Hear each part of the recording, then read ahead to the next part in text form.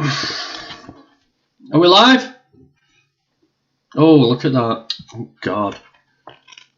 I'm just reading this. The poor piglet! The poor piglet, what's going to happen? Oh, my God. I'm going to have to find out later. Well, we're live. Is anybody there? Can everybody hear me? Just give us a yes if you can hear me loud and clear.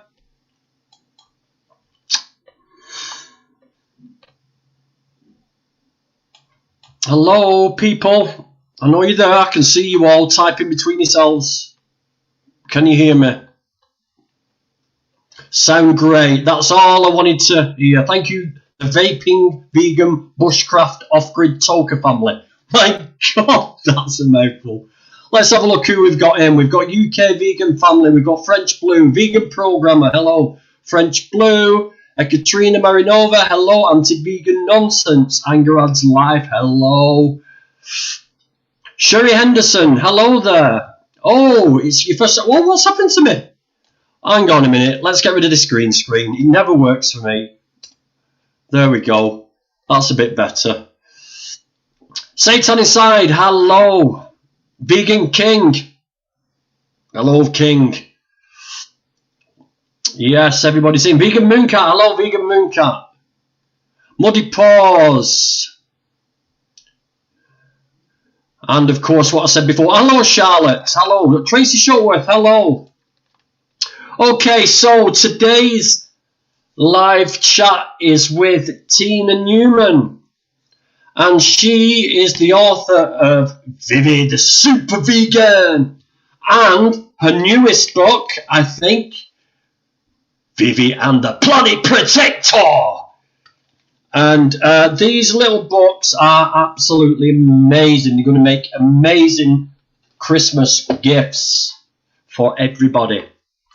So without further ado, let's bring on Tina and find out what the lady is like behind this amazing creation. So, hello Tina. Would you like to give us a little introduction about you? Yeah, of course. All of our technical problems. Yes, we have had a few technical problems. Yeah, and I can make them back. So that's so often. We're going to go with it. See what happens. So, hi everyone. I'm Tina. I'm the author of Vegan and mum of Vegan. Right. So you've got 2 children? Yeah. Lovely. And they're vegan? They are indeed. Lida, who's 6, and Ada, who's 4. So I'm assuming that these 2 children, they're both girls, I'm assuming.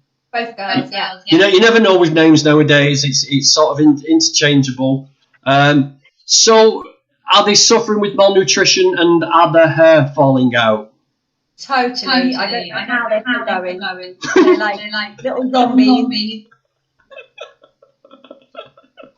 I had to say that after my video today. I had to. I did a video on vegan deterioration. She picks on children. And yes, well, she's done more. And she did one called Spot the Vegan. She had 4 children, and one of them was vegan. You had to spot which one was vegan, and it was the one who had the worst hair. So apparently, the way you spot vegans is they have like thin hair. It's ridiculous. Well, it's true. Look at mine. Well, I've got no word. It's ridiculous. It is. It's absolutely ridiculous. When Tina talks, there is an echo. Oh dear. So they're hearing what I'm hearing. Oh dear. I wonder what's going on with this. I'll tell you what, maybe let me try putting some earphones on and see if, because I had some issues today, and after all that performance I've given you, it might be actually me.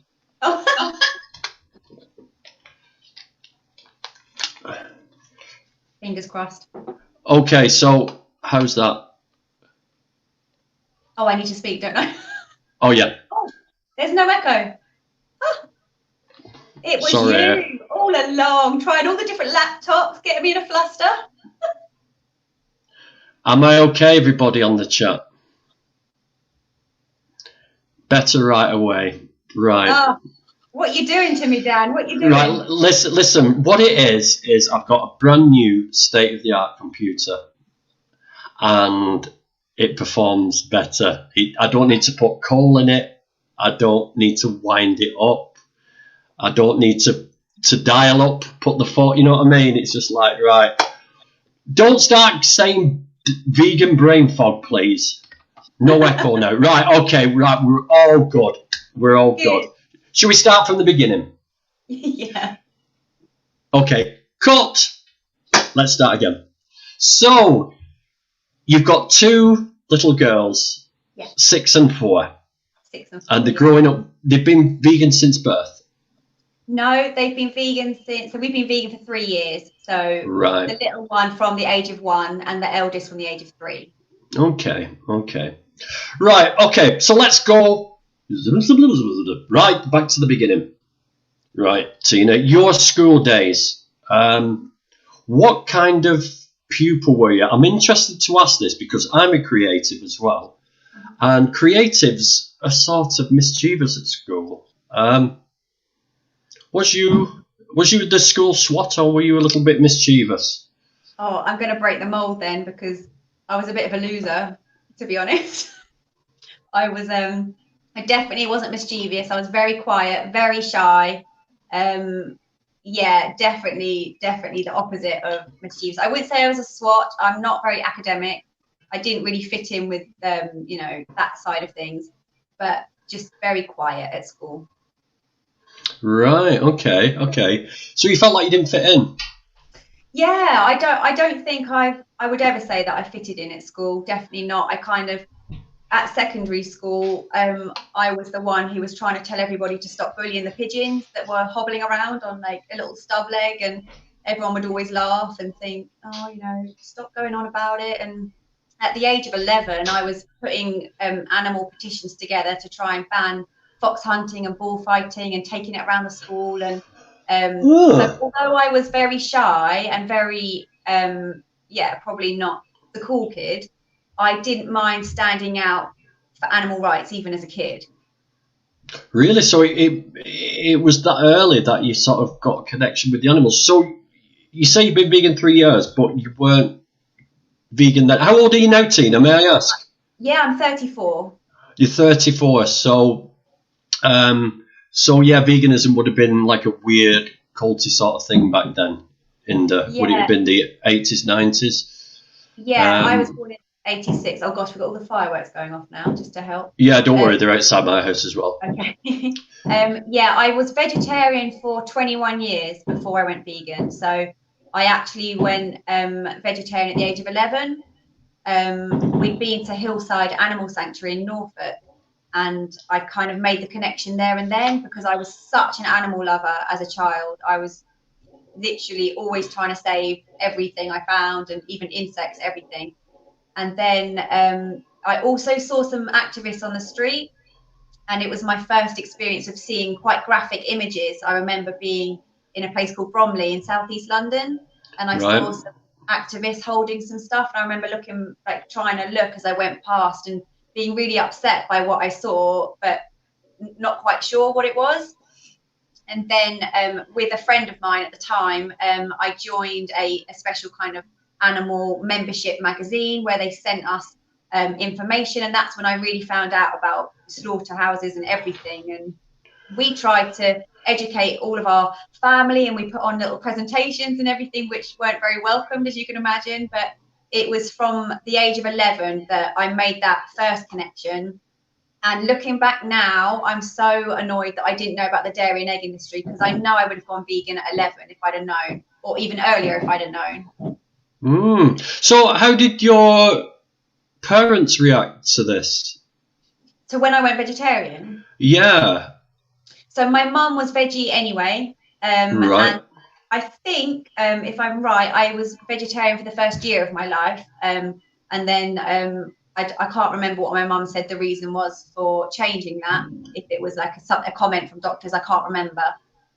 But yeah, so I think when I obviously said I want to be vegetarian, I think it was quite a kind of normal thing, because my mum everybody knew what I was like with animals, and they were really, really supportive.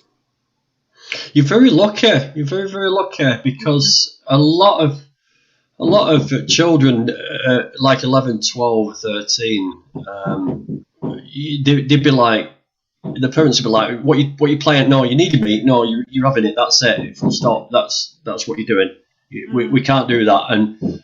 And yeah, it's really supportive. I find that amazing. Yeah, I mean, it did.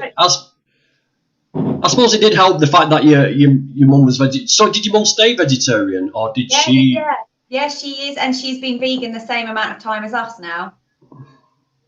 So let's fast forward a little bit. I mean, while you're at school, what were you like at creative writing? What were you like at English? Did you excel? Did you know you had a talent?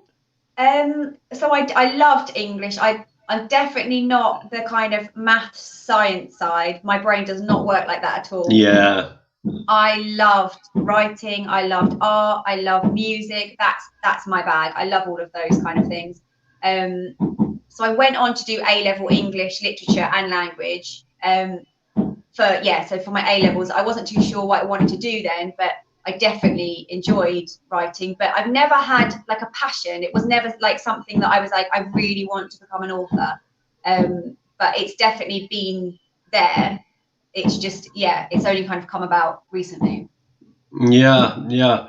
And so when you left school, did you go to uni or anything like that? Yeah, ironically, I spent my whole English A-level writing a whole piece about don't go to university, don't follow the crowd, like only go if you want to go and you need to go, and blah blah blah. And I did really well, and I got an A in my English A-level, and then I kind of fell into the peer pressure trap. I went to uni, and I didn't want to go for any reason. Like, I had friends who needed to go for what they wanted to go into. I was kind of like very anti following what people do. And then I guess I just fell into that trap of I didn't want to miss out on all of the fun. But that was a very short part of my life, because I only stayed there for freshers and the first 9 weeks. And then I realised I wanted to go a completely different direction. So what direction did you go then? So then I remember calling my parents up saying, you know what, I shouldn't be here. I'm just wasting time. And it was kind of like a hard realization, because I felt like I wasted a lot of people's time and my own time and, money and everything going. But then I just went to look for work. I just went to, I think I kind of just jobbed for a while. I just went from job to job. I didn't really have any direction or any idea. And then I just ended up working for Mercedes, just in the car sales and the after sales. So having all of the angry Mercedes customers screaming at me the whole time because their fancy cars have gone wrong. And then I decided to go traveling for 6 months. So I traveled around the world at the age of 20. And that was the time when I was like, I need to decide what I'm going to do. And I wanted to become a special effects makeup artist. So when I came back from traveling, I got myself into one of the best colleges, which specializes in TV and film makeup. And I did that for 2 years and got my HND in that. And then I worked in TV for a year. So I know you're an actor as well, aren't you? So it's quite a cutthroat industry, isn't it? And it's not my nature isn't like that at all. So I kind of struggled with that side of things. Yeah. And because I had some really good opportunities come up, and it could have been something that I could have really pursued, and I'm sure I would have enjoyed it, but deep down I knew I really wanted a family, and it's quite hard to be a makeup artist at Pinewood Studios at 4 a.m, getting home after wrapping really late. It's kind of like a single person's game, and I just knew that wasn't going to be for me. Mm-hmm. So after that, I basically what did I do after that? Oh yeah, I had my own business. I came out of the TV industry and went freelance, which I did for quite a few years, probably about 8-9 years. And then went vegan, which is kind of when everything then started changing again, because, you know, a lot of my makeup products weren't vegan, they weren't cruelty free. It made me kind of reevaluate everything and brought us up to where we are now. Yeah, wow. So you've been vegan 3 years. Yeah. And you're married now. Your husband is vegan. Yeah, it was a massive thing for him, because the whole time we've been together for 10 years, and he never even questioned going vegetarian. So when I knew that I was going to have to speak to him about my decision to go vegan, I knew that it was going to be met with probably a little bit of opposition and shock, put it that way. And I just said to him, look, I really want you to watch what I watched last night. He knew something was up because I was really quiet and I was really, I was quite emotional, and I just said, look, please, with an open mind, watch what I've seen, and I want to go vegan. I'm not saying that you need to, but he watched it. He couldn't watch the whole thing, and there wasn't anything graphic in it apart from a very, very small clip of a cow in a slaughterhouse. And he's never seen anything like that before. And obviously I've seen lots of things like that, but it was enough for the connection to be made. And he literally went vegan overnight with me. What was it you watched? I missed what you watched. So I watched the James Aspey "This Is Your Wake Up Call" video. Right, yeah. But prior to that, I'd already seen a picture of a calf being taken away from her mother. And I'd never seen anything like that. I stupidly thought that cows, you know, just magically made milk, and that they're these happy cows in the field. And I feel so stupid now that I got sucked into the marketing. And I know, and it's very clever marketing. If anybody's wondering what the bangs are, there's fireworks going off very close to Tina's house. So if you're wondering what that banging is, no one's been murdered in the cellar or anything like that. This is where my imagination starts taking hold. I'm sorry. Everything's fine. It's fireworks. So please bear with us with that. So I mean, you do feel stupid, but then again, if you've been told this stuff, you can't help it. I thought that cows ate grass and produced milk and had to be milked. A lot of people think the same thing, you know. And when you consider that the companies that market animal products to us use the same model as they use for marketing tobacco to us, you can understand why it's a very powerful thing. Yeah. To get doctors to say this is good, to get sports events to advertise McDonald's. I mean, I don't know how far back you can remember, but I remember the F1 and all cars were sponsored by Marlboro, JPS. Tennis had tobacco advertising all the way around. So did football, you know, and it was like, the top sportsmen smoke Marlboro, you know, the top racer car drivers smoke a Camel, and it's very, very clever, and it worked, you know. It got me smoking, you know, because I smoked for 30 years. I'm still addicted to nicotine now, and I find it amazing that this government, and this just speaks volumes why it's going to be a long drawn out process to get the world vegan. It's because there's money involved. Why on earth would you not ban something like tobacco? It's lethal. So why not ban it? Because it makes so much money. It makes so much money. Yeah, definitely. So I don't think we are stupid to be caught out by this marketing. They're very, very, very clever, and they have the top people in the game to think of these marketing campaigns. McDonald's have a whole team to combat vegan. Yeah. Oh gosh. They've got a full team to combat, and you've seen the adverts where they got this guy going, we get the freshest meat from the pastures and the farms, and you know, and they market it so well. And little Jenny drew this cow of a space cow, and No, our cows aren't like that. Our cows are in the fields and they live beautiful lives. And yeah, it's like, come on, happy cow, laughing cow.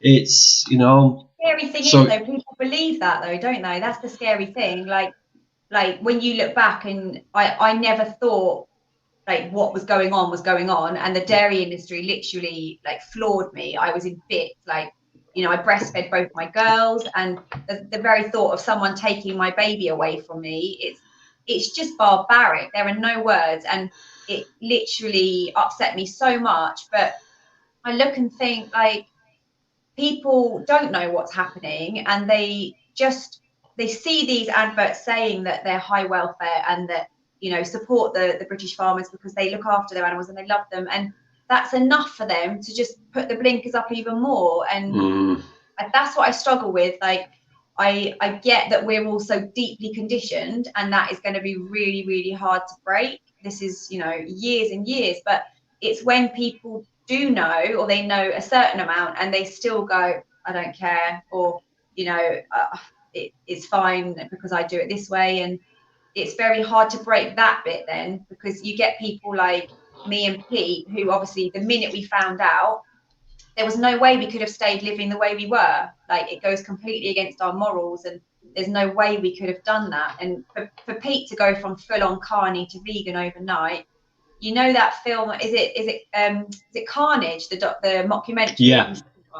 That's basically how, yeah, it's brilliant. But like, I know they're kind of joking with stuff, with like the people rocking in the room when they're looking back at how they lived their life before, but that's kind of still how we feel. Like, you feel really like kind of messed up and ashamed about it all. But, you know, we didn't know then, and when you know better, you do better, and that's what I'm trying to do with my books and everything else. So we're going to come on to your books very soon. I just want to put this up as well. Too many people, especially vegans, support capitalism, but without money there's no capitalism, and therefore no slaughterhouses. But it's an easy thing to say that. I'll call you the aping vegan bushcraft. It's an easy thing to say, but if there wasn't money, we'd be exchanging in other ways. There's no way getting away from capitalism, and we can make capitalism work in our favour. It's already working in our favour now, because there's more and more products coming up, and it's demand led, and we can get more products coming into the supermarkets and on show and wherever we can get them. Then we can use capitalism in our favour, but we're not going to get rid of capitalism. That is like way off the mark at the moment. I mean, there's already protests about us going cashless. People don't want to go cashless. People don't like change. And they think of any excuse. Well, what about the old people? The old people only know how to use money, and it's not. It's like, you know, forget capitalism. What we need to do is get people changed, and I think the young are the prime targets. What we need to do, because I think the young are the ones who are going to. I mean, all right, it's a bit of a cliche. Children are our future, but they are our future, and nothing's going to change unless we change our children now. And what you're doing, and what UK Vegan Family are doing, and what all the other vegan families, by bringing the children up and being brave enough to bring the children up vegan. Because I'll tell you something, if I'd brought my son up vegan and I'd got the abuse that Daniela and Adam had got, I'm not joking, I'd be doing a 25-year stretch for murder, because I'd just flip my lid. I wouldn't be able to hack that kind of criticism of people, you know, without even and what I've heard it said loads of times before is like, when you tell people that your kid's vegan, they suddenly become a nutrition expert. Yeah. When you send your kids to McDonald's, nobody says, oh, like, you're eating really shit saturated crappy meat there. Nobody's worried about that. You shove ice creams in your kids' face, you buy them sweets. It's like, you know, nobody's the flip side of it. Crazy. I'm going to be looking at questions in a little while, so if anybody's got any questions or comments, just fire them on now. Can you see the comments, Tina? Yeah, I saw the one that just flashed up. But can you see the comments down the side of what you're looking at the moment? There is a little. Can you see comments, banners, anything like that on your screen? I can see chat. Is that it? Yeah, if you click on that. Yeah. Does that bring? Have you got a load of comments coming up now? Oh yeah, I can see them. I've lost you now, but I can see the comments. Oh right, okay. Maybe that's not a good way to go then. Okay. But I'll bring up anything. It's nice not seeing myself though, to be fair. Why on earth would you say that? Okay, I'll answer a few questions now, and then we'll move on to Vivi and the creation of Vivi. So it's not capitalism that's the problem. Farming isn't capitalist. It is propped up by subsidies. People need to learn this. Yes, farms are given subsidies. We are taxed twice on our meat. We are taxed once because we give the farmers a shitload of money to do what they do, and then when it comes in the shops, we're taxed on it again. And I don't want my money going towards that. We should have a choice, really. So yeah, it is something that we need to get out there to people. What's your view on that, Tina? What do you think about that? I think it's such a massive issue in itself, capitalism. It's like, it feels like you're up against the giants with just trying to inspire people to go vegan. And I know that vegans are split when it comes to like where they buy their shopping, and a lot of people, will be anti certain brands because they are owned by like dairy companies or other things like Outgrow, for instance. And there are so many grey areas, but the problem is we buy our food in Tesco's still, so it's very difficult to be so black or white with it, because we live in the middle of nowhere in Suffolk, in the countryside, and we have to obviously drive our car, and there are so many things that I don't like about our lifestyle still. We're far from perfect if you're looking at things from an environmental point of view, and where our money is going to. We'll always try and support, small businesses over, the bigger brands and the bigger shops and things. But at the end of the day, it's so hard to escape it all that I think that's a whole bigger fight. Which I'm back, I think. Oh, we lost you then. Are we back? We both went, I think. Well, God knows what happened then. Well, at least I didn't lose you. Did you hold the fort for me? I think I was just ranting on, so I think so. Oh dear, it's teething problems. I knew I shouldn't have set up this new computer tonight. I really knew I shouldn't have done that. Too technical now. Right, where were we? So have a look. Anti-vegan nonsense. When I became vegan, I had to become a nutritionist simply to debunk the nonsense that is repeated over and over and over again. Correct, mate. Correct.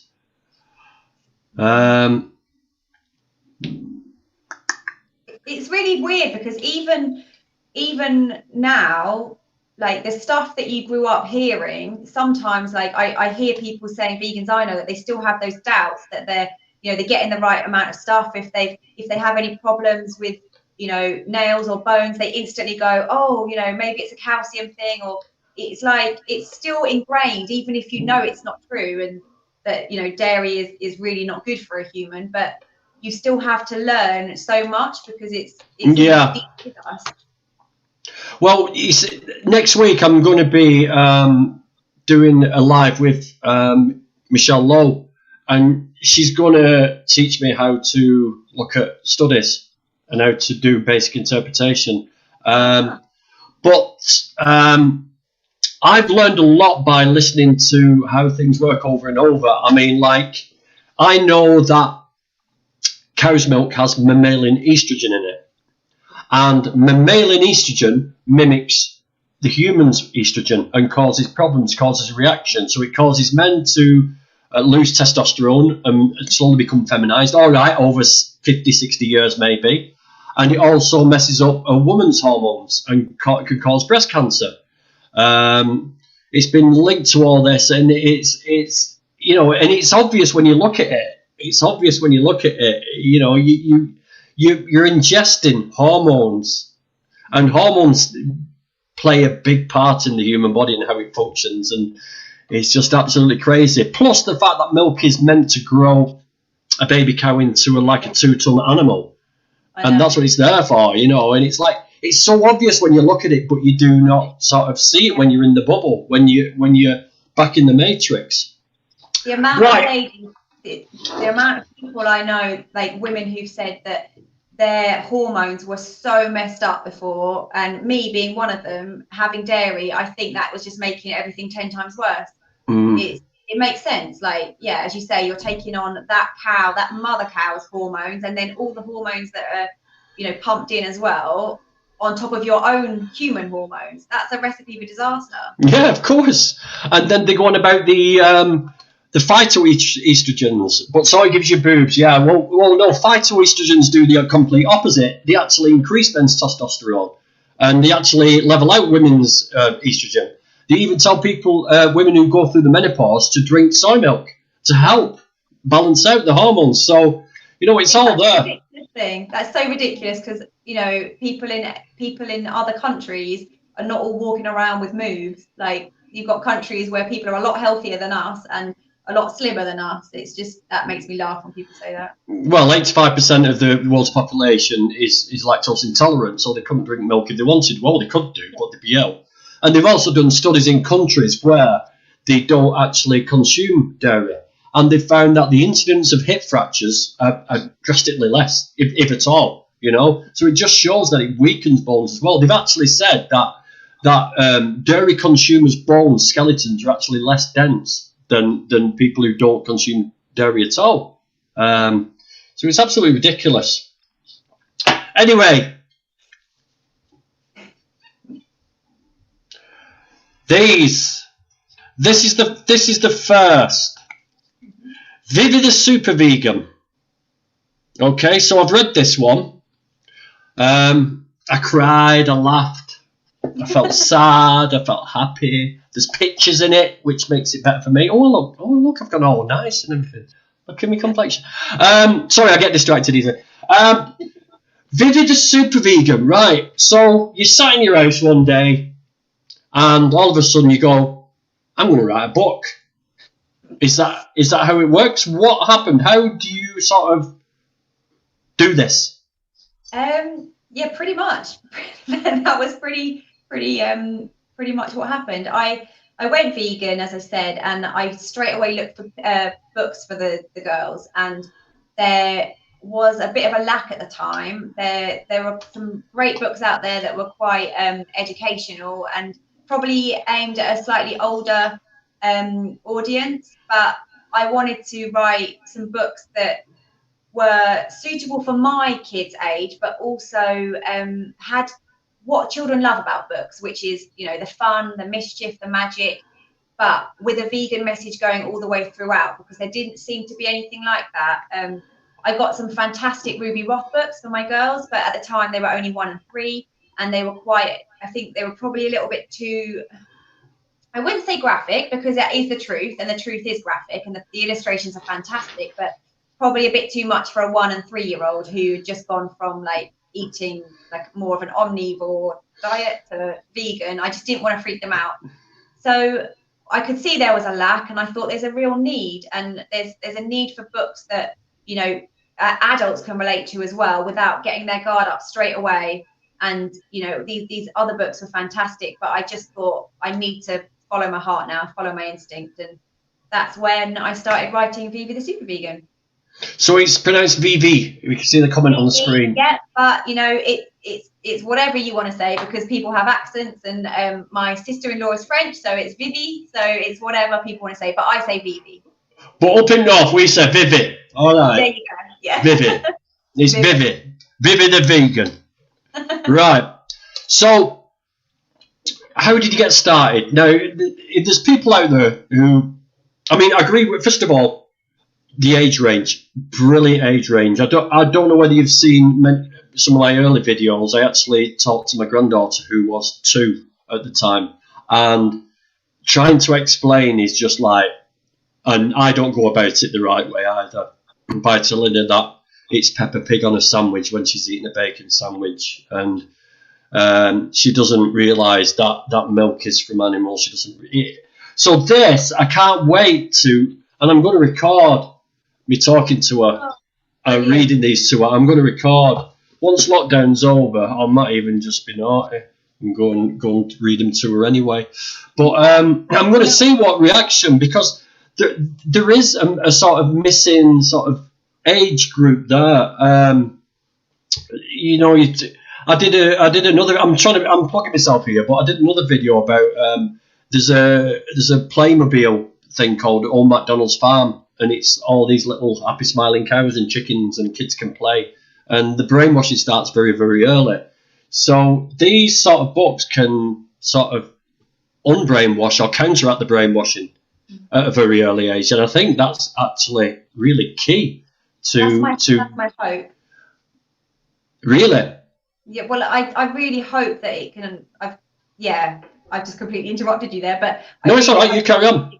Yeah, that it can do that, and also just offer, you know, that the kind of the counter argument and bring about balance, because so many children's books are about farms and about zoos and about things that you wouldn't even think about when you're a carnivore and you're in your kind of bubble. And even, you know, books I had as a child, they're not vegan friendly, and every nursery rhyme is about like the ways we exploit animals. And it gets so frustrating, because when your eyes are open to it, suddenly it's like everything is it's just not vegan friendly for children. So you know, I want children to see that, you know, vegan children to see that they are little superheroes. You know, they're living such a compassionate lifestyle, and they're not only saving animals, but they're protecting our planet. And I really want them to feel empowered by how they're living their life, but I want them to be able to inspire their friends and feel like they can tell others, and then non-vegan children will read the books and will want to make a change. And I'm already seeing that happening with my eldest and her friends. A few of the children have read the books and they've said that they wanted to go vegan. So it's just wow. Yeah, that's so cool. Yeah. UK vegan family. I see on social media so many young children dressing up as Vivi for the World Book Day. Little super vegans, yeah. That is super cool. That was the best day last year when I woke up and I had messages and pictures from people all around the world, and they had their kids dressed up in these awesome costumes, and I was like, oh, my heart was so full of joy, because it just made it all so worth it that these kids are feeling so, you know, they've got a role model in their books now, and it's just brilliant. It's so lovely. The vaping vegan bushcraft off-grid talker family. I'm getting good at saying that now. I complained in a library when they had a school group learning Old MacDonald. I told them to stop abusing the kids. They called the police and had me removed. You're my kind of guy. Whatever family you are. Oh my God, I like the sound of you. That is so good. So, right, so you the first thing you did was write this book. So I want to go through it all now for people who want to do the same. Mm-hmm. Right, I want to give you some competition. So you thought of this story, and what did you do? You think so? First thing you do is write it out. Mm-hmm. Correct. Then what was the next step? Because I see that Holly Clifton Brown did the illustrations for you. Now so you wrote the book. What was the next step after you'd written it? To panic and doubt what I'd done. Self-doubt. All creatives go through self-doubt, Tina. Don't worry about self-doubt. It's why I do something on film and then watch it 15 times before I'm comfortable with it. Definitely. Yeah. After that initial thinking, like, oh gosh, like I don't have a clue how to get this published now, and I've never written a book before, and I had to basically learn each step along the way and research as I went. So the next step was to obviously find an illustrator, and I had a kind of rough idea of how I wanted Vivi to look, but I was quite open to kind of styles and things like that. So I obviously had to find my illustrator, find an editor. Before all of this, going back just to give advice if anybody did want to do anything, is you have to kind of go down both routes and see which one you want to go down, because you've got the traditional publishing route and then you've got the self-publishing route, and I kind of weighed up the pros and cons for them both, and in the end I was like, I'm gonna, you know, put the money forward myself, and then I get all of the freedom to do everything myself. It's the hard route because it falls on you and everything has to be done by you, and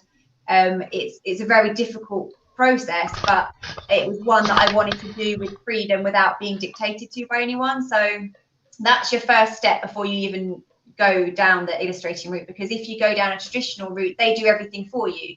So you wouldn't have a say in how your illustrations looked. And that was something that was really important to me. There are lots of books out there which, you know, they might have a great story, but I feel that the illustrations let them down. And kids need to fall in love with the pictures, and that's really what they're looking at. So after I found my illustrator, you then have to get it edited, and then all of the tiny details which take up so much time is like, you know, registering it with Nielsen's, which is the main book database, and learning how to get a barcode. It's just, it is so much to it, and it's an ongoing process because, you know, I'm doing all the marketing side of it as well. So the writing side was the easiest side, really. Right, I'm going to share a screen just so Dairy Fairy, she's always complaining. GVG, your microphone is a tad hot. Can you turn it down or move away from the mic? I've moved it away. I hope that's better for you, Dairy Fairy. Or move your ears away from the speakers. Right, share screen. I'm going to show Tina's Instagram just so you can see. Chrome tab. There we go. So you can see what characters we're talking about. So these characters, they remind me of something. They remind me a little bit of Captain Pugwash. I don't know why. I don't know why I've said that, but I can see that. So they really are sort of beautifully done. Yeah. Beautifully done. This illustrator was Luke Ives in Canada. So I had a different illustrator for the second book, and he's done such a fabulous job as well. I mean, these are lovely. These are lovely pictures on their own. I mean, I'd have something like that on my wall, you know? Mm. Definitely. If any of you guys want to go on this page, it's streamed across the bottom. It's Vivi, the Super Vegan, all one word, if you want to subscribe. And I think you all should subscribe and give Tina all your support. These are great. I love these because they look like children have done them, but they haven't. Definitely, I really wanted a kind of like whimsical, yeah, that kind of feel. Yeah, they look like they've been done in crayon, but they're very expertly done. They are really, really nice. Mm-hmm. Wow. So there it is. Yeah, they're great. I love artwork like that. I love oh, my book's going to fall off now. Put them there. Yeah, I love artwork like that. I love things that are different. I like things that are unique and have got that different look to them. I think that's the sign of a good piece of art, is something that looks so simple, yet it's so complex. I know. If you try doing it yourself, you know what I mean? Just end up going like that with my crayons, you know.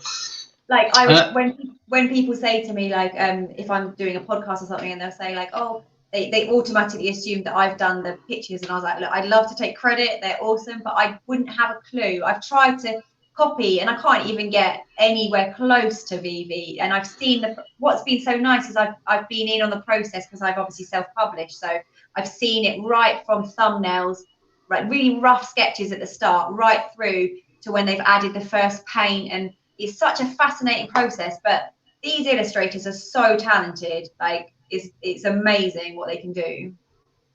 Maybe you should get can you get the original artwork off them? And I do have from the first book. So when we did the first book launch, before all of this crazy COVID world, when we got to see people, we had it in Ipswich, and it was lovely. And I had like a big board, and I luckily had the original artwork sent through, and it was lovely to see because they both do like mixed media art for their illustration style. So sometimes they'll paint like maybe just the characters, and then they'll use their their fancy software and put it onto their computer. And I don't really know how it all works, but then they'll kind of layer up bits, and it's just amazing to see. It's really yeah, because they make nice sort of. You could auction them off or do competitions or things like that with those. Because definitely. Yeah, definitely, because people like that. People like to get sort of original stuff, like off cartoons and stuff like that, first editions, signed copies. So, how's the sales going? I mean, you must have done something right because you've done a second book, which is Vivi and the Planet Protector. So I think if the first book had failed, I don't think you would have been going down the second book route. So how have you done with the first book? Obviously, I don't want exact figures, but I mean, have you made a profit is the key point. So we only launched the first book, Vivi the Super Vegan, in August 2019. So it was only literally a year ago, really. And then we had in obviously March, we had to shut our shop for 2 months because of COVID, and we couldn't get to the post office and things like that.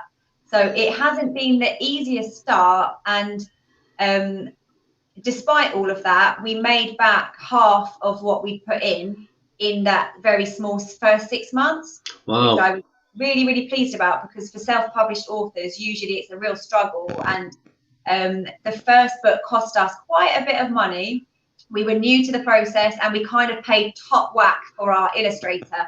There's like a sliding scale that illustrators charge, and she was kind of the top, and we were very new to everything, and we loved her style, so we kind of went for it.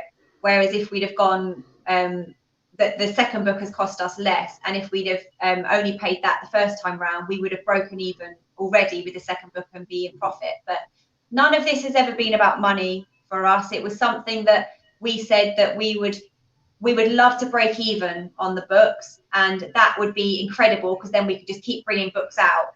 It's not really about making money from it, because we want to donate to sanctuaries anyway, and we want to just turn this into something more for children. And if something comes from it, then that's great, but that's really not, I'm really not too bothered about anything like that. Just the fact that we've obviously we only launched Vivi the Planet Protector a month ago, and we've already made a third back, so it's going well. It's going well,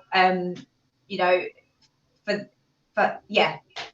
That's the reason. Yeah, I mean, that's the reason I asked about money. Wasn't have you made an absolute shitload of money and you're driving around in a brand new Jaguar right now? That wasn't what I was getting at.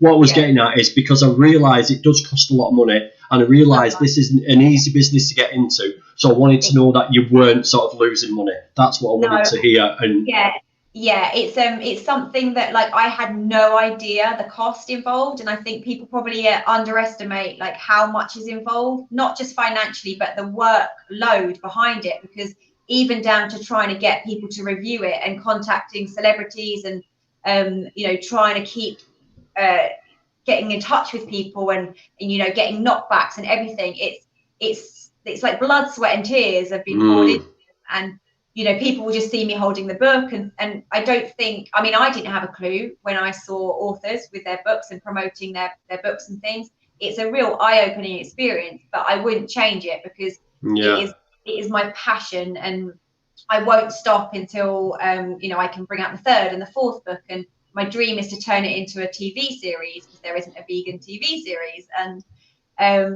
merchandise, like, there have been so many parents who've said, do you sell outfits? Do you sell Vivi dolls and button characters and, loads of different things? And I'm like, oh, I'd love to do all of this, but it all costs money. And unfortunately, like, the books themselves cost a lot of money. Maybe there could be a just Tina, just give us an idea. I mean, I don't want to put people off, but give us a little idea of maybe what it's cost you roundabout to get it on the shelves and start bringing money back in. Are you willing to tell us that? That doesn't bother me. Thousands, we're talking thousands for the first book. And if I said an illustrator costs between about 1,500 to 6,000, that will give you the indication of how much our first one was. And then you've got on top of that printing and how many copies you're going to get. It's a frustrating thing with printing, because the more you buy, the cheaper each book is. And obviously you don't know you don't know how many to order first time round, and you're like, if you only order 500 or 1,000, it costs a lot of money. So then you think, right, then we're going to order a lot more because that makes sense in the long run. But then that obviously puts your overall expenditure to a lot more. So it's, yeah, we're talking a lot of money. You've got to have some, maybe excuse the phraseology, you've got to have some balls to sort of do that, you know, to sort of invest like that. And I get what you're saying. I mean, this is why I like watching Dragon's Den, because these people have gone through all those mistakes. Now they would know where to go. I mean, you're scared to haggle. People are scared to haggle nowadays. I'm not scared to haggle. I'll haggle over anything. I haggle over Tesco's checkout over things. You know what I mean? But some people are scared to haggle. And did you find it hard to sort of say, well, it's a bit too much. Can you not come down a bit for us? Or did you just go, yeah, there's the price. I'll pay that. That's fine. Or yeah, usually I would haggle. I'd probably do the same as you in kind of other situations. But when it came to like the kind of process of the book publishing, I didn't even think about asking anyone. They said that was fine. You don't want to insult, especially artists. They're so busy and they've got so many different clients and things. Like if you kind of got their back up a bit, they'll just be like not interested. So yeah, I kind of just went with it. But second, you learn so much from the first time round, and I am still so pleased that we made half back in probably, if you took the 2 months out, and the first month we had a massive problem with our first printing company as well. So I forgot about that. We actually missed the first month when it launched. There were printing problems and it was all a bit stressful. So really, have a look, right? She's going to hate me for this. Right? But Helen Hawley does little characters. And she does something very similar to yours. She's done one of me, but I've not got it back yet. She keeps threatening to finish it for me.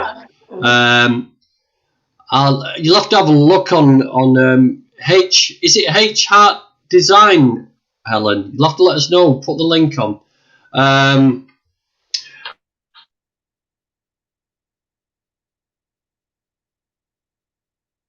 Oh, I've lost you.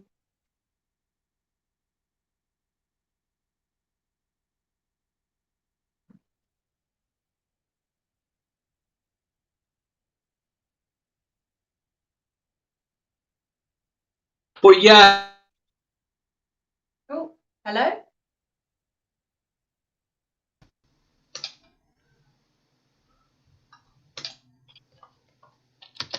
Are we back yet? Yeah. Oh. I was just looking. Right, okay. Okay, sorry about that. It's me again. I've got an unstable internet connection. £99 a month for Virgin Media. It's great. I was just looking for Helen's. Oh, she's she's shouting me back. Right. Any questions while I've still got a connection? I'm going to just flip through these now. Let me see if I can find Helen's.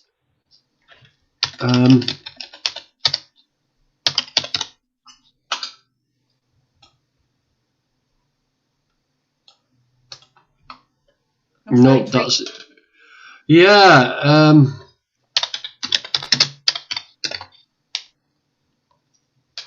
No, that's copyright. Why can't I find her?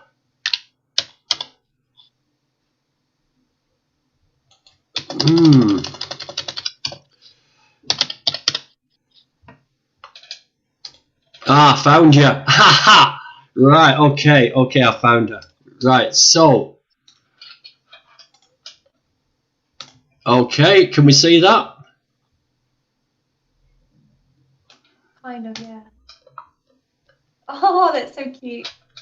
So it's a very, very similar sort of strain.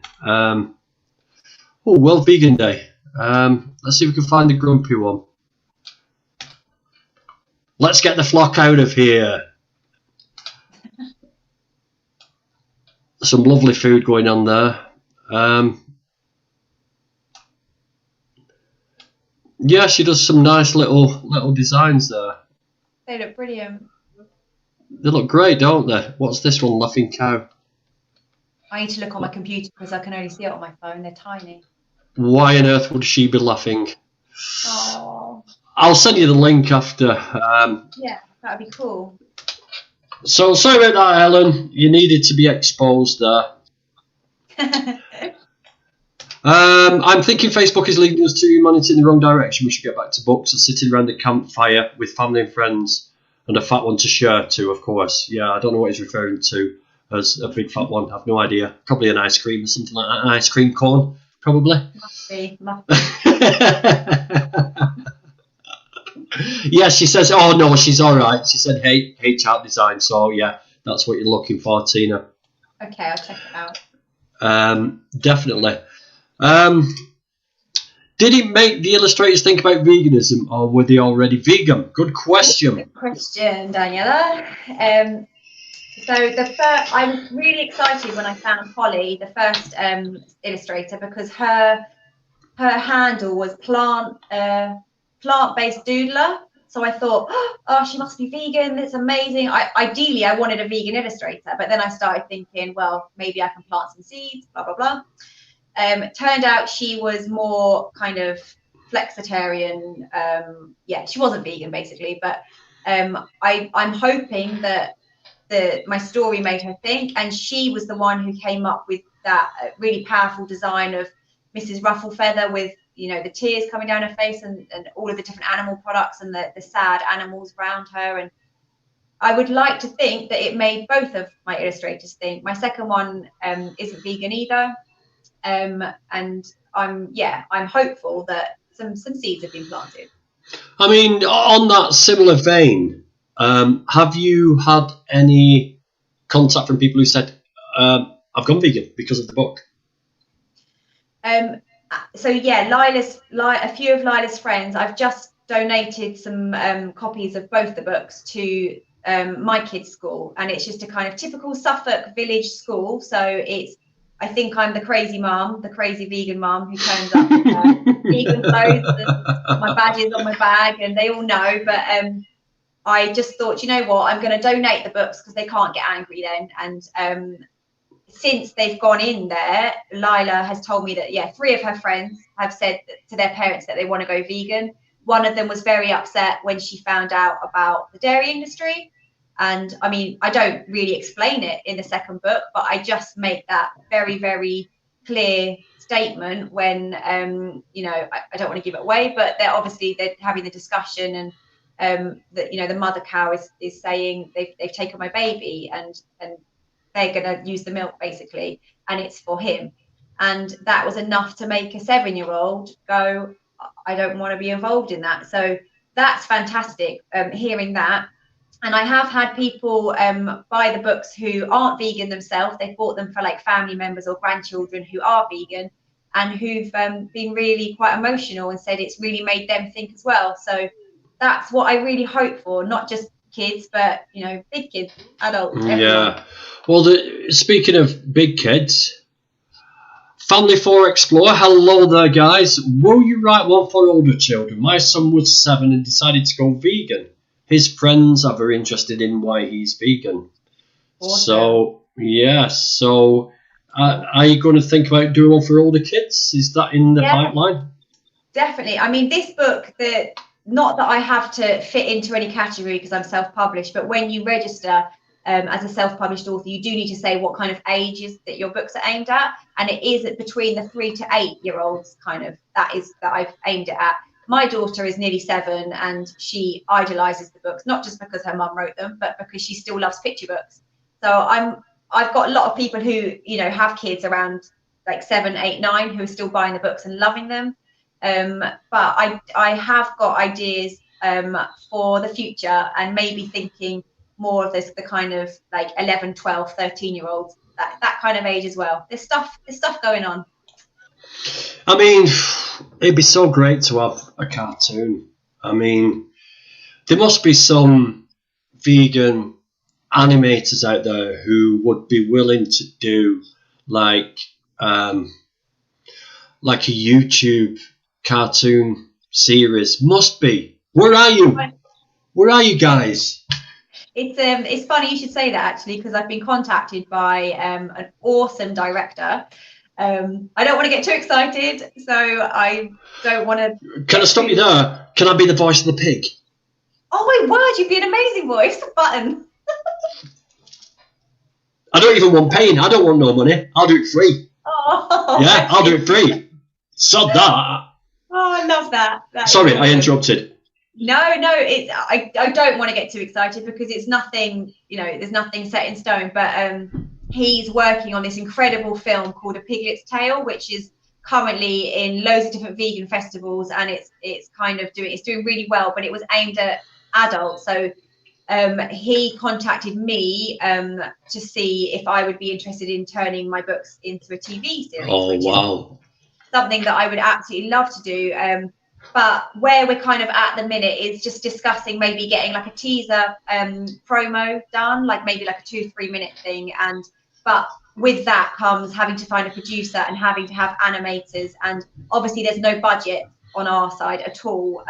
So he said he's a vegan activist as well, which is why he's passionate. But finding other people who would do that for free because of your passion is going to be very difficult. So I don't know if anything's going to come from that. I'm making contacts. I'm on LinkedIn and trying to connect with different producers and things like that. So we'll have to see if it's meant to be. Then Tina, you will do this. I've been in a full 1 hour 20-minute film, and we all did it for free for passion, right? There's plenty of universities. There's going to be somebody out there who is willing to do animations, right? There's going to be companies out there willing to let people use their equipment. Believe me, it's just a case of keep going at it. Don't be scared of people. I use it as philosophy is if you keep pestering people enough, they'll either shoot you, with a bolt action rifle, or they will get fed up and cave in. And do what you want them to do. And I've always done that. I mean, at the moment, I'm trying to get Brian May and Brian Adams. They're both vegan now. And I've sent emails out to them over and over to try and get them on for a chat, even though I'm only a small YouTube channel. I'm going to stage 2 now, which is sitting outside the house staring through the window. I'll be doing that over the next few weeks, just like that, out of the car window. So... But yeah, I think you're right. I think it's just staying. I mean, it's such early days. I put such high expectations on myself because, it's only been just over a year that I even released the first book. And now I've got a second book and it's all happening so quickly. And it's all just me putting in the work. But however much I put in, it's going to come back however much I put in, basically. So what's this?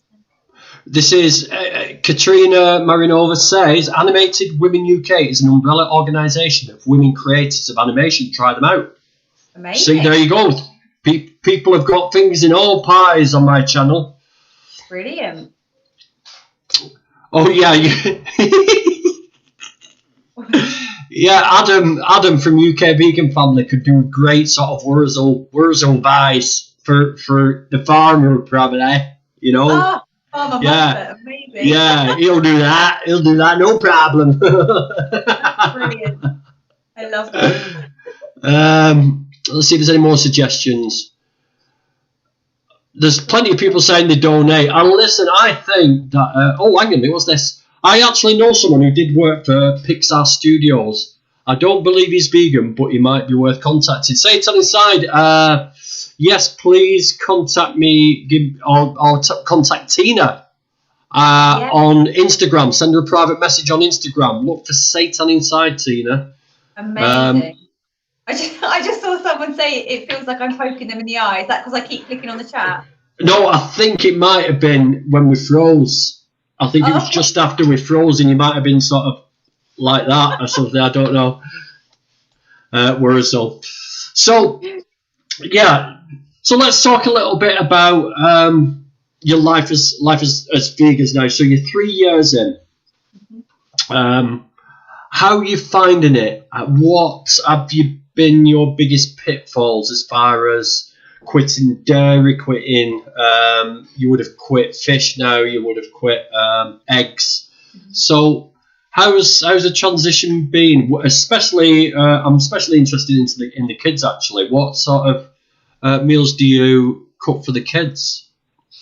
So I when we first went vegan, I did Challenge 22 on Facebook, and I thought, even though I really didn't have to cut out too much because it was only dairy and eggs, but I realised at the time that I basically put Cathedral City cheese on everything I ate. I look back now and I feel, oh, it makes me feel sick, but I ate a lot of dairy, and I think you do that as a vegetarian. You kind of end up eating more dairy and putting it on everything. So I thought that was going to be the thing that I would miss the most, but I honestly haven't missed any animal products at all. I haven't. Like, it's weird, isn't it? I know some people struggle and some people miss cheese, and there's the whole addictive side of casein and all of that kind of stuff, but there was nothing that I missed at all. I mean, I obviously haven't eaten animals since the age of 11. I don't like mock meats. I don't like things that taste like animals, because I just associate that. Whereas my hubby, he didn't go vegan because he doesn't like the taste of animals. He did that because he loves animals and he doesn't want to hurt them. And why would you when you can eat plant-based foods and you're not then complicit in hurting them? And he loves things that are really meaty and stuff still. So for me, it was really easy. For our kids as well, they were young enough to, they didn't really eat a lot. I never fed them meat. But if they were with other people, then they haven't found it hard at all. They've been a dream. I think the biggest thing for them was swapping the cow's milk, but we just made it fun. We bought like all the different types and got them to try, like, do a taste test and make it like a game. And they settled on the soya milk, which we had to start by putting like a bit of chocolate in, and then we kind of brought it down a little bit until they were just drinking it. And it's really been an easy transition for us. We've been really, really fortunate. I just find that disturbing. Really disturbing. Having to wean your kids off a poisonous product. When you say it, doesn't it sound just like absolutely fucking nuts? It's bonkers. It's you so wean. weird. Wow. It's like, it's just.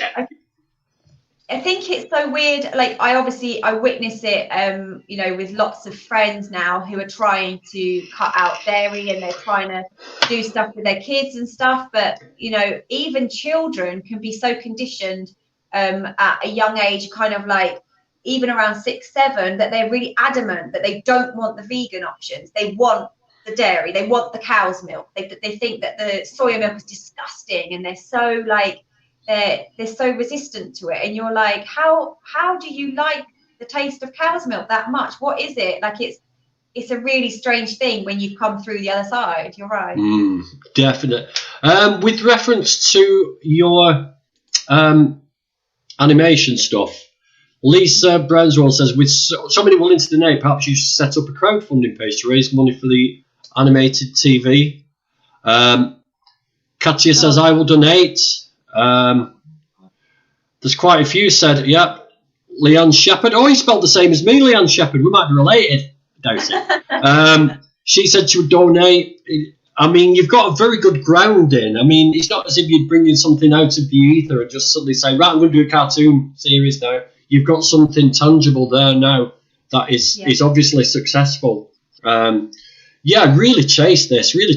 I mean, everybody on here will help you. Everybody's got loads and loads of contacts on here in Canada, America. Yeah, I mean, the thing is with animation, and the thing is about voiceover and everything to do with, and even producing, is we don't have to be in the same countries. Everything can be done online. I'm actually auditioned to play a character for a guy who's producing an animated YouTube series in Australia. And he wants me to do he's asked me to audition. Whether I've got it or not, I don't know. I hope I have, because it's a really cool sort of character. But But yeah, please chase this up, Tina. Please chase it up. I will be. Like this guy Fabrizio, he's a lovely, lovely guy, and because he's on the same page with his passion towards veganism, I think we're not going to stop until we get this. Oh, everyone's being so lovely. Yeah. And when I had a first Skype call with him, because he lives in Malta, and all of his animators, as you say, are all around the world, and they've managed to put this incredible animation together when they're not even in the same country, and they're winning awards at these festivals. It's amazing. Yeah. So if he genuinely he means that, then I did say to him, would we crowdfund? Would we do an Indigo campaign? Or he said, if we get a distribution company to take it on, then they pay to have it produced. But once again, you need a producer, you need that middleman to pitch it to them. So you know something? Do you know something? Sorry to interrupt you. I just want to say this to you, Tina. You're an inspiration. You are inspirational. You already know this, but you are the reason that my family is vegan, and that our youngest, who is 10 months old now, has been vegan since he was in the womb. So that's really nice. But I don't think you need a producer. I don't think you need. No, I don't think. I think you could do a cooperation with everybody, and get something there and just put something out on YouTube, even if it's only 2 or 3 minute little episodes. A lot of people have gone from YouTube into the mainstream. I would just start off with something small and see if you can get people to produce something for YouTube. And then with YouTube, you can put it on Facebook, you can put it on Twitter, you can put it on Instagram, and it can be out there. And then once you start driving a demand and people start saying, oh, I want to see more of this, I want to see it longer, what happens next? Cliffhangers. Do, do, do, do, do, do. You know, it's there. You don't, I mean, producers are good. They can get you indoors. But initially, I would see if you can get something short made straight away and just try it that way. It's interesting. I'm definitely, I would say I've got the bit between my teeth, but I'm not going to say that because that's not a very vegan saying. I use them. I like saying bullshit a lot. Don't worry about it. Don't worry about that. It's, it's like, but I would search out all the people who've done animations, search for animators on YouTube who've done their own animations and just ask them, what's involved. They don't even have to be vegan animators. Just ask them their advice. Maybe they can put you in contact with someone. Maybe they can. They do it themselves just for the sake. People have asked me to do a scene, and I've looked at the scene and I thought, oh yeah, that's brilliant. I'll do that. And I've not done it for any money. I've not asked for money. It's because I enjoy doing it. Same with you doing what you're doing. Is same with the animators. They love creating stuff, and sometimes we can be sat there. And I'm sat at home and I'm thinking, I haven't created anything for YouTube for ages. And I'm thinking, well, don't just do it for the sake of it. Just wait until you get inspired.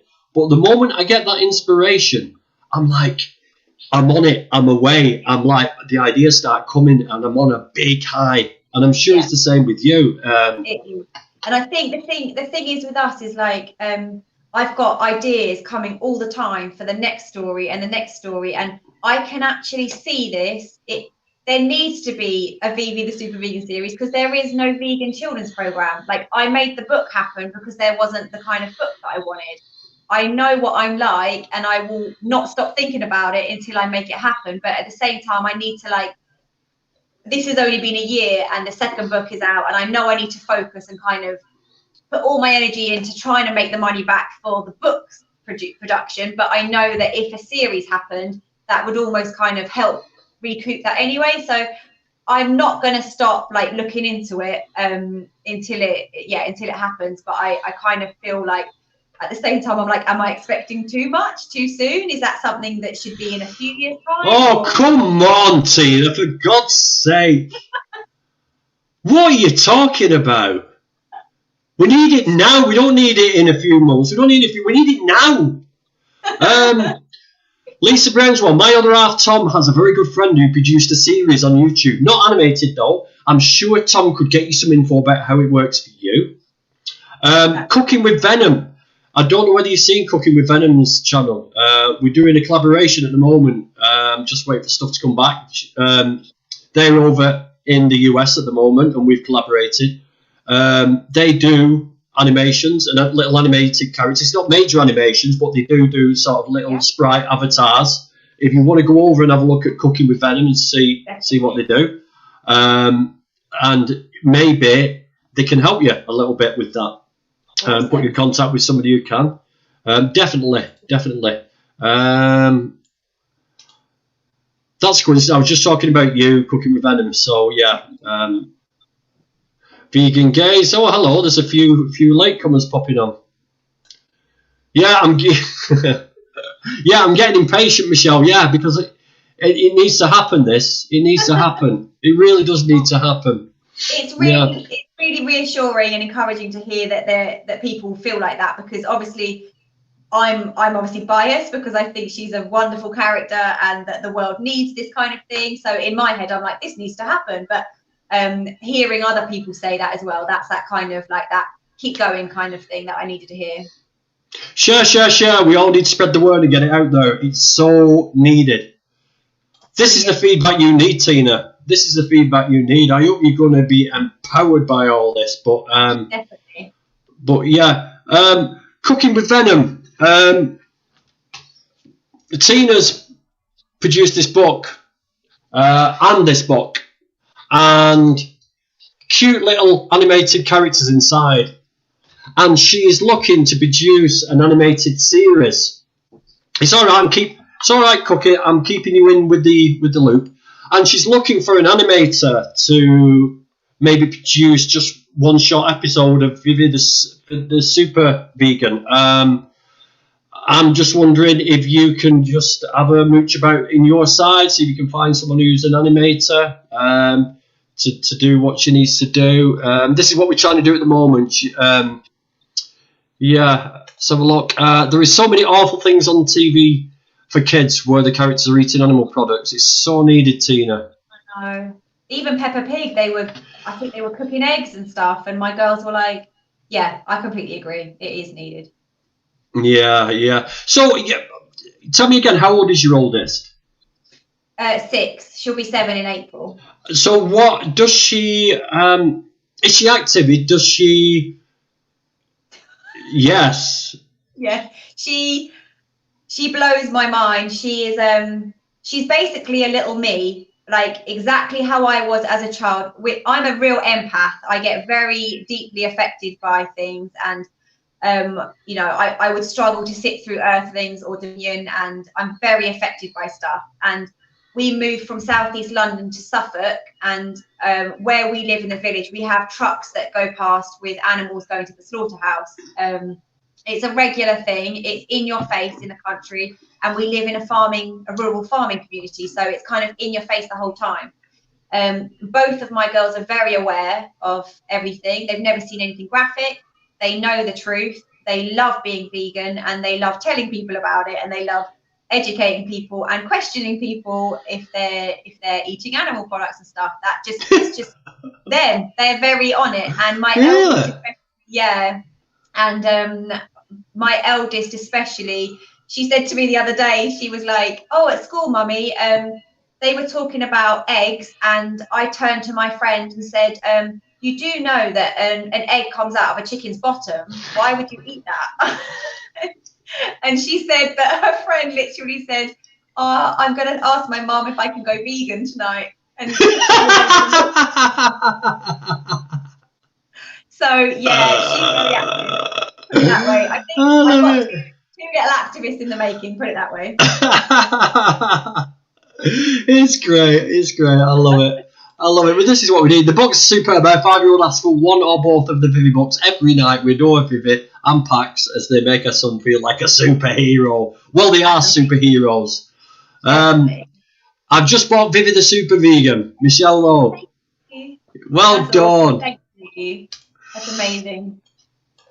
So please, come on, people. Get your support. Get your feelers out there. We need to get this animated cartoon out there, don't we? We need to do this.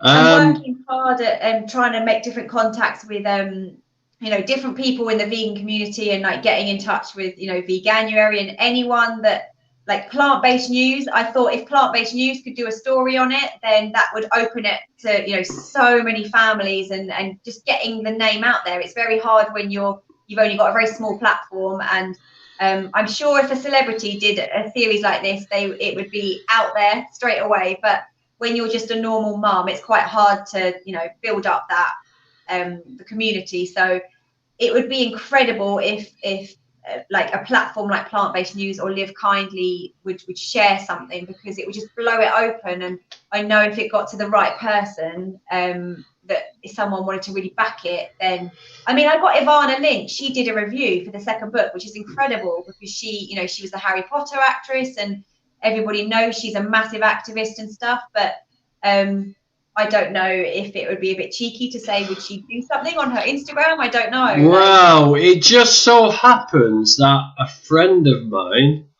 called Daryl has got a job linked with Plant-Based News. So I'll be having words with him. And I did meet Robbie of Plant-Based News on Veganville. So every now and again he does answer me, but they're very busy people. He must get messaged left, right and centre. But I will do all I can to help you, Tina. So we must stay in contact, because I'm definitely got some contacts, and I will do everything I can, and I'm sure everyone on here will. Cooking with Venom, Grumpy Vegan Grandad Tina. You can DM me on Instagram. We can talk if you want. There are also other animators like Veg Animation who would probably be better than me. So. Amazing. So if you want to contact Cooking with Venom and on Instagram, and maybe they can do something for you. I know someone who's well related with the Plant-Based News and PETA. Right, okay, Katia, you know what to do. Plug the book and ask them if they will help us. Amazing.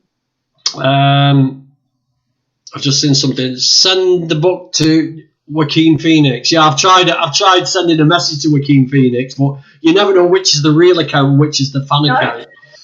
Do you know what? I actually got hold of his old agent, and she wasn't gonna give any advice of who the new agent was. Her answer was just, "I'm not his agent anymore." And then I was like, "Oh, could you tell me who is?" And there was no reply. So you got to keep trying, though, haven't you? Well, if I pay for my subscription on my actor site, which is linked with my Amazon account, I can actually find out who all their agents are, and but it's not the agents you contact with things like this. It's more the press and the admin and everything like that. Yeah, IMDb. Have a look at IMDb, and if you do an account on them, pay for the IMDb, you can actually find out who all the stars' press office and contact details are. To link with Cooking with Venom, put cooking _ Venom, and then you'll be able to message. So you need Tom Hardy to read it. Oh, thanks, Helen. What about me? Have I not got the right? Yeah, is Tom Hardy vegan? Anybody tell us that? I don't think women care. It's just Tom Hardy, isn't it? Is it? Is that what it is? I think so. Not a patch on me. Come on. Well, he's not vegan. Of course he isn't. Exactly. Oh, thank you, Tina. Yeah, I'll tell you what. If you would have used that attitude when you were trying to get people to do your illustrations and printing, you would have got it so much cheaper. Huh? You learn, don't you? You live and learn. You live and learn. That's it, and that's what it's all about, mate. Is asking favours. It's asking favours. Is there any more? Oh, let's have a look. What's this say? Just tweeted Plant-Based News and Live Kindly with a stream. Oh, perfect. Helen's laughing at something. Mind you, when she's had a bit of sherry, Helen, she goes a bit weird. You know what I mean? She starts talking in French and stuff like that. So that's good. Voulez-vous avec pour moi, whatever it is. We live in a dairy farmland. Even the farmers' kids are interested in why the kids are vegan. Oh, wow. Yeah. Have you ever been to a vigil, Tina? I have, yeah. So when I went vegan in the September 2017, I went to my first activism event in the October. And I went to as many things as I could. I did the Cube of Truth and Earthlings experience. I did the Circle of Silence. I travelled back to Trafalgar Square. I got involved in everything I could in my weekends, which was hard because, you know, my husband was at home with the kids and stuff. And the vigil was one of the last kind of things that I did, and I've only been to one. I found it really, really, really tough. Obviously, I see the trucks nearly every day. What kind of animal? What kind of animal was it? It was pigs. Pigs. They're the worst. Yeah. They're the worst. And it really hits you, doesn't it? And I would like to do more of them, and I think from sharing the footage that I got and, you know, the pictures and stuff, I think that really did open a lot of people's eyes, even people in the country, and, you know, just them seeing you there as well and how it's affecting you. It really does kind of bring it home to people, but it does mess you up. It's like it's really quite awful, because the one we went to, you could hear them then in the slaughterhouse, in the gas chambers. And, you know, we saw so many trucks going in, and then you hear them and you know what's just happened, and it's awful. It's just, there's no words. It's barbaric. I mean, the pig's eyes, they're so human. Yeah. Once you look a pig in the eye and you see it in the different colours, blue eyes, green eyes, multicoloured eyes, brown eyes, so human, and they're so expressive. Yeah. It's like, I know what you're going through and I cannot help you, and it really is. It's a very emotive experience, but it's also very valuable just to give them the knowledge that you've acknowledged that they're actually alive and that someone is in there. You know, it's very hard because we weren't allowed to touch them. The police were obviously there, as they usually are, but they're there to obviously almost protect what's going on inside. And it really messes with your head, and, you know, seeing the look of fear and seeing them trembling, and, you know, you feel like you're betraying them because, like, you want to rip open the bars and set them all free, and it's just awful. It's really tough. Yeah, I can see. You see, this is the thing I say to people is go to a vigil, because looking at your face now says it all. You're like me, you can't hide your emotion that's going on in your head. That's why I'm a good actor. It's because whatever I'm thinking, it comes out of my face. And that experience you cannot hide. So when you talk to people, it's like they can see that you've experienced this and they know what you're talking about. Then you connect more with them. There's something vital that I haven't asked you, right? And I saw it in the chat earlier. How the hell do we get one of your books? So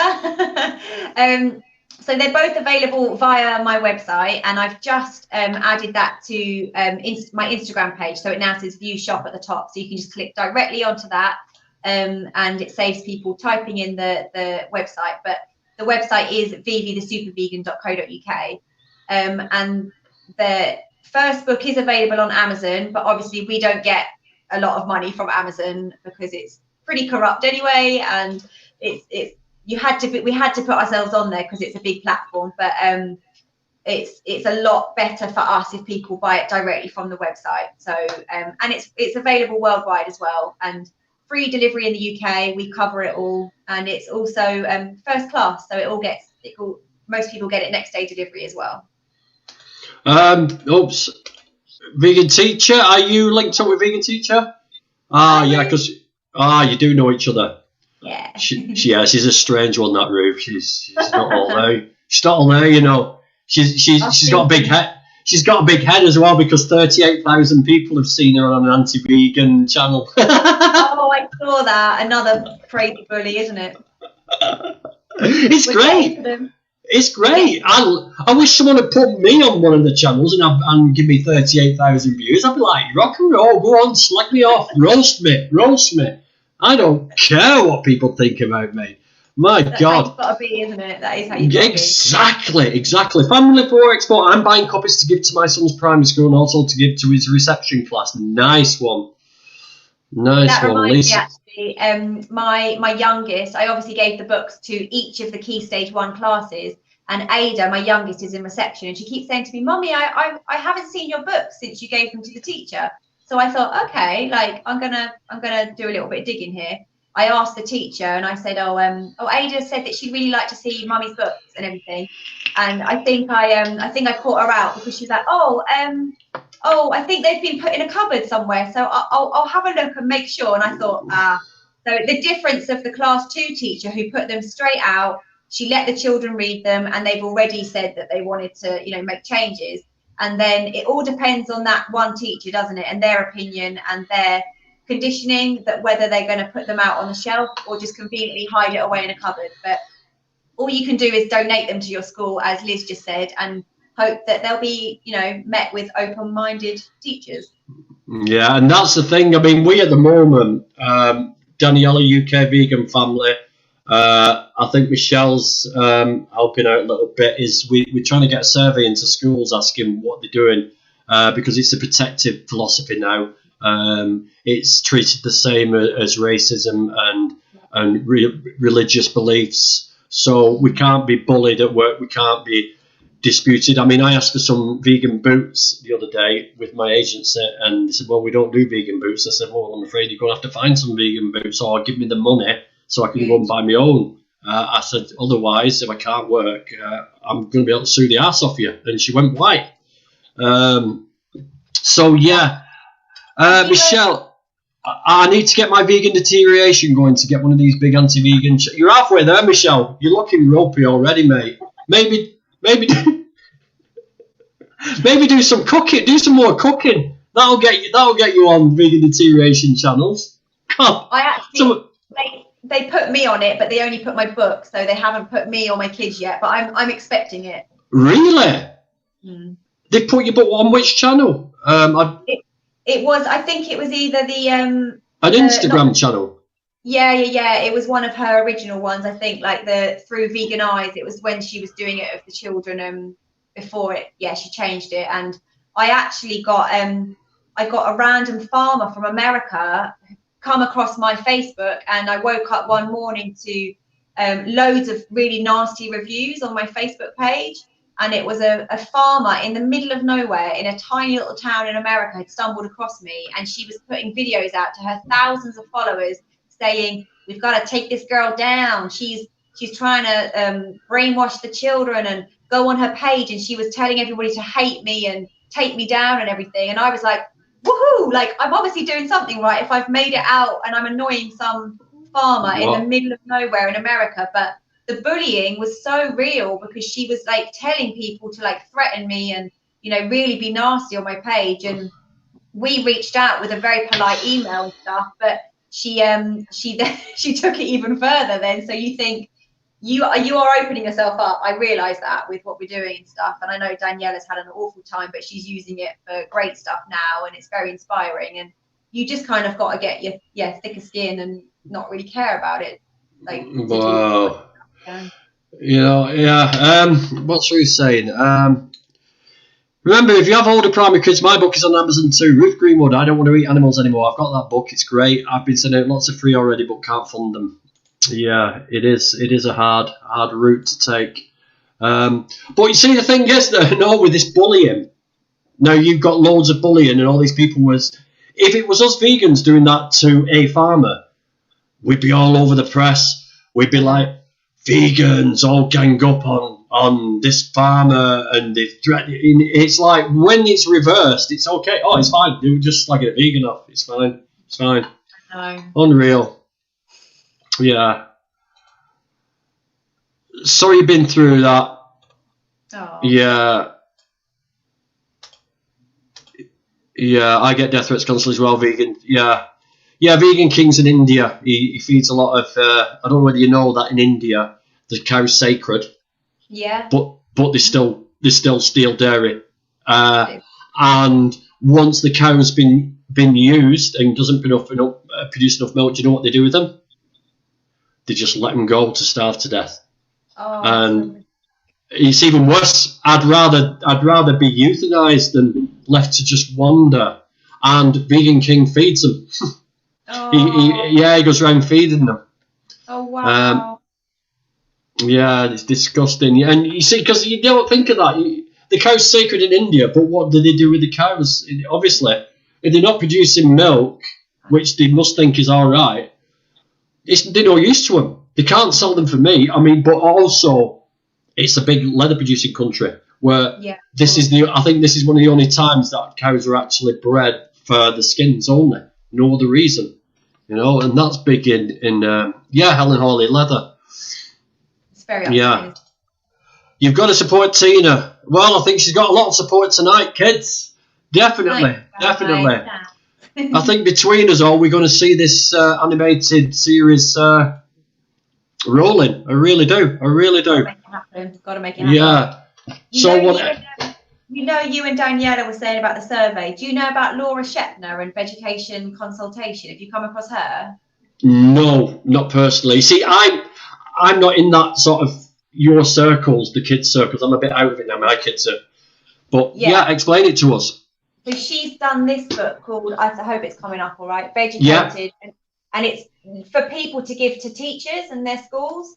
So she's a teacher herself, and she's come up with this guide for vegan inclusive teaching. So she basically goes into schools when people contact her, and she trains the staff on how to be more vegan inclusive to their children. Like, as you were saying, it's now protected belief, and schools need to change the way that they're teaching and the way they're speaking to children, and she's doing an amazing job. So there are people doing things, and you kind of hope now that schools are going to start changing. The world's changing, so they have to.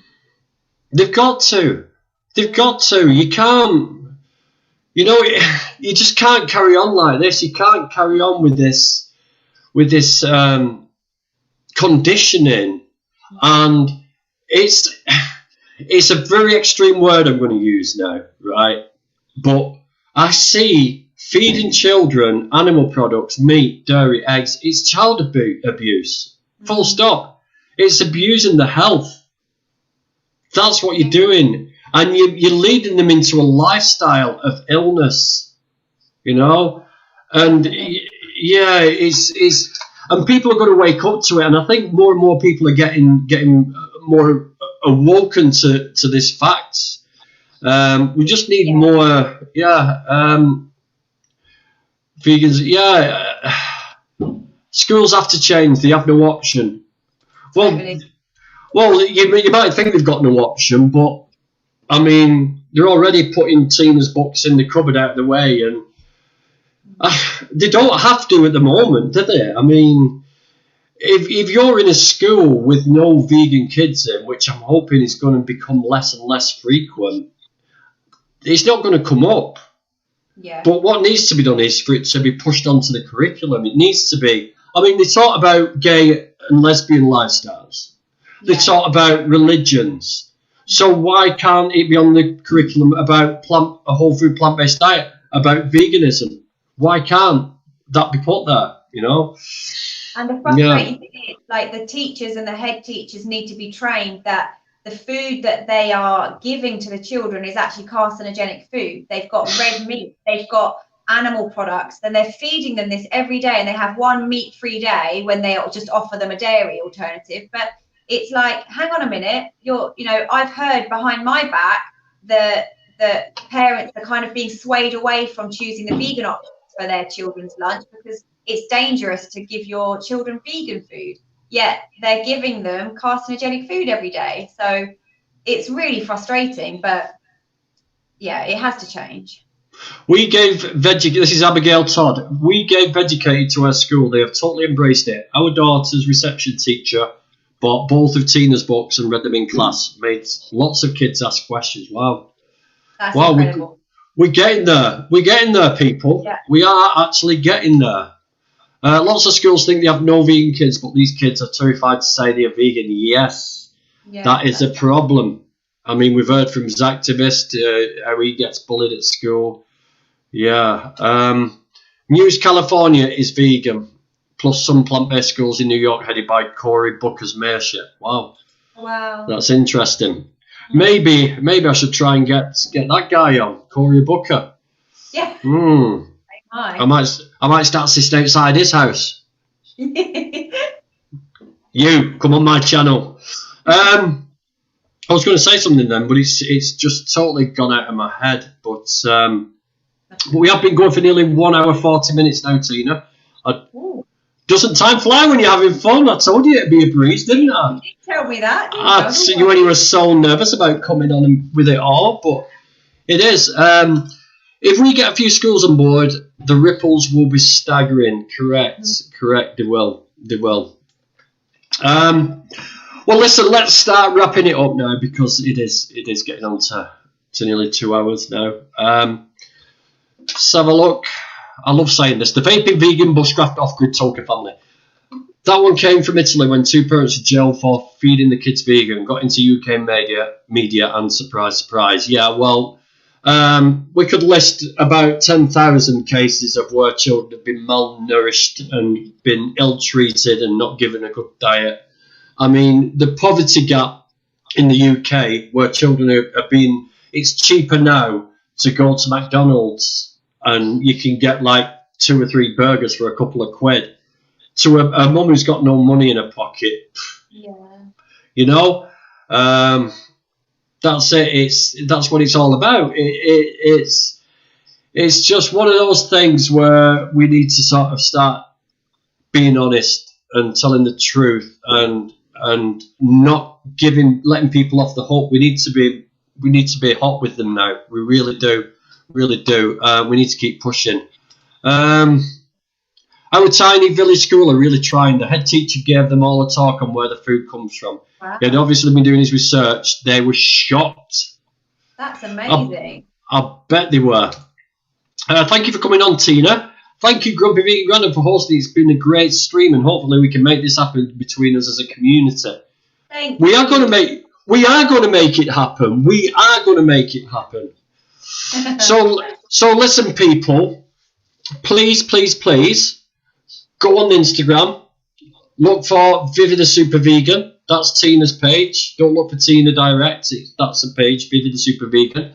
The link to buy the book is on there. Give me a mention. Write my name on when you're ordering the book. Give her a shout. And she might throw a book token in there for you. A little what are they called? Bookmarker. Yeah, she might throw a little bookmarker in there for you. She might even sign a few for you. You never know.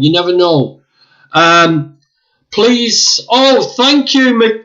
Wow, I've got a super chat. That's my first one. Oh, Katrina gave me one the other day, earlier on today. But yes, thank you.